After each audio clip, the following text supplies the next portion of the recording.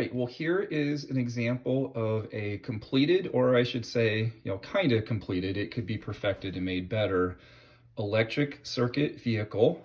Admittedly, this one does need some work to, maybe drive faster, to work more consistently, and not a bad example to use in that I'd point out to you that you might find that yours doesn't work at all maybe at first after you finish it, or it may not work well, or it may not work at all, and that's pretty normal, that's pretty typical.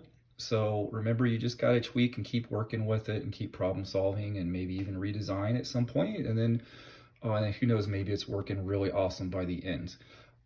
But before I show you it working, the biggest part of this is let's kind of just show you the parts of it and what we're dealing with. So it's an electric circuit, and the two wheels in the front are powered by the electric circuit. In other words, I've got them attached to toy motors. So you can see how there's a rotor, which that metal part that's attached to the wheel there is a rotor, which spins.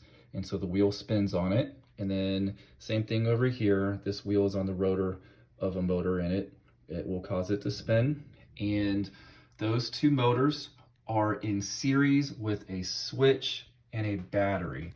And so remember, as an electric circuit is a path for electrons to go round and round in a loop, and it's got to be a complete path so the electrons can leave the battery on one side, go through motors, switches, whatever they're going through, and then make it back to the battery and then go round and round and round. And so that's what we got here.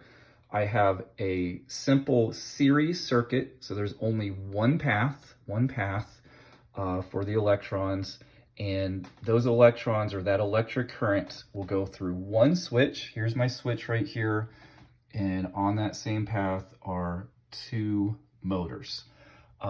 So right now, the switch is open.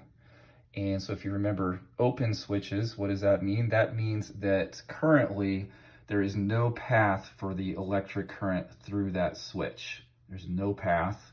But if I hit that green button, and I close the switch, that causes there to be a path through the switch for the electric current, and so the electrons are able to travel through the switch and everything else in the circuit and power the wheels, and we have in that case we'll have a working circuit.